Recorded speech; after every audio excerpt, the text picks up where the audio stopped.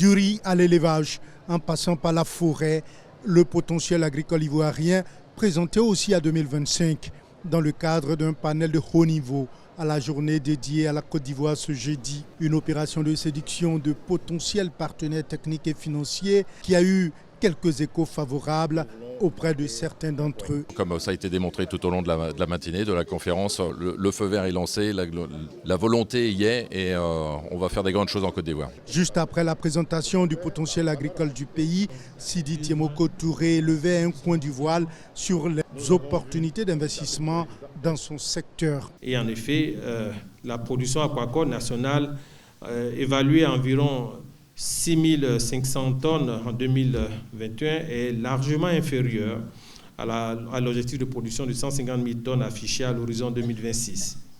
Ainsi, une véritable opportunité d'investissement en découle pour un montant potentiel de 346 millions d'euros.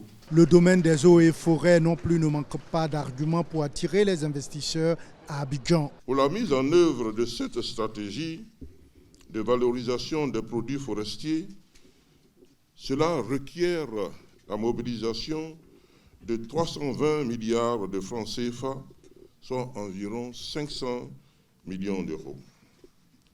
C'est pourquoi je voudrais lancer un appel aux partenaires techniques, financiers et du secteur privé d'accompagner le gouvernement ivoirien. À la tête de cette délégation ministérielle à cette 61e édition du SIA, Kobena Kwasi Adjumani a réaffirmé les objectifs de la Côte d'Ivoire. Notre objectif aujourd'hui, c'est de ne plus nous adonner à des pratiques d'importation de produits et que nous soyons capables nous-mêmes de produire ce que nous voulons consommer. C'est cela qui nous fait courir. C'est cela aussi la volonté affichée du président de la République. En marge de cette opération de séduction des investisseurs, la délégation ivoirienne est également à l'école des bonnes pratiques agricoles à cette édition du SIA. Les femmes du quartier Garage dans la ville de Daloa, comme un seul homme pour rendre hommage au président de la République Alassane Ouattara, un homme de vision, bâtisseur infatigable, dont les actions ont transformé la Côte d'Ivoire. Selon elle, le développement ne s'arrête pas, il se consolide, il se renforce. Chose que le chef de l'État a bien compris. Lui qui a accordé une place de choix aux femmes dans sa gouvernance. Pendant les élections régionales et municipales, il a exigé que les femmes soient dans la course. Elles étaient là. Aujourd'hui, elles sont fières. Elles savent pourquoi elles se battent. Dans l'année 60, les filles ne partaient pas à l'école. Mais actuellement, le président Alassane Ouattara a exigé qu'elles partent à l'école. Et quand elles vont à l'école aussi, dans toutes les écoles, il y a des cantines. Ça fait que nos enfants ne se fatiguent plus. Parrain de la cérémonie, Mohamed Koulibaly, député de Daloa, est revenu sur l'importance de l'engagement des femmes dans le processus électoral. Cette commune bénéficie aujourd'hui de 20 km de bitume grâce au président de la République. Elle bénéficie aujourd'hui donc d'adduction d'eau. Elle bénéficie aujourd'hui donc de routes reprofilées. Il y a aujourd'hui des programmes pour accompagner donc les jeunes et les femmes. Et bien évidemment, c'est à juste titre que nos mamans ont décidé de dire merci à son Excellence M. Alassane Ouattara. Les femmes du quartier Garage entendent poursuivre leur soutien aux actions du chef de l'État pour contribuer à garantir le développement et la paix dans le pays. Elles se disent prêtes à s'engager pour un avenir radieux sous la vision éclairée du président Alassane Ouattara. Notons que cette cérémonie était placée sous la présidence de Mamadou Touré, ministre de la Promotion de la Jeunesse et de l'Insertion professionnelle.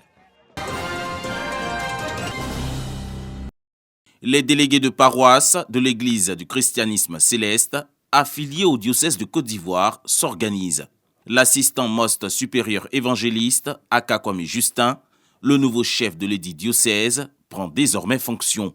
Son leitmotiv, s'inscrire dans une politique de réunification et de développement. À l'occasion de cette passation de charge, les membres du diocèse s'engagent à défendre l'héritage laissé par le fondateur prophète Oshofa. L'unité de notre Église demande que chacun d'entre nous se pose une question essentielle. Quelle est ma contribution en tant que chrétien céleste, ou le sacrifice que je peux faire pour que l'Église soit une et indivisible, comme prophétisé par Oshofa. L'assistant Most supérieur évangéliste est également actif dans le conseil d'administration du diocèse. Aujourd'hui, il n'y a pas de gagnant, il n'y a pas de perdant. C'est l'Église du Christianisme céleste qui gagne à retrouver l'unité que notre Père a toujours recommandée de son vivant, que l'Église est une indivisible. Et nous allons travailler dans ce sens. Nous allons continuer à travailler pour que ceux qui traînent encore le pas et qui hésitent sache qu'il est bon pour les frères de demeurer ensemble pour travailler, surtout pour faire l'œuvre de Dieu. L'assistant Most supérieur évangéliste, Aka Kwame Justin, est issu de l'Alliance des paroisses pour l'unité de l'Église céleste de Côte d'Ivoire.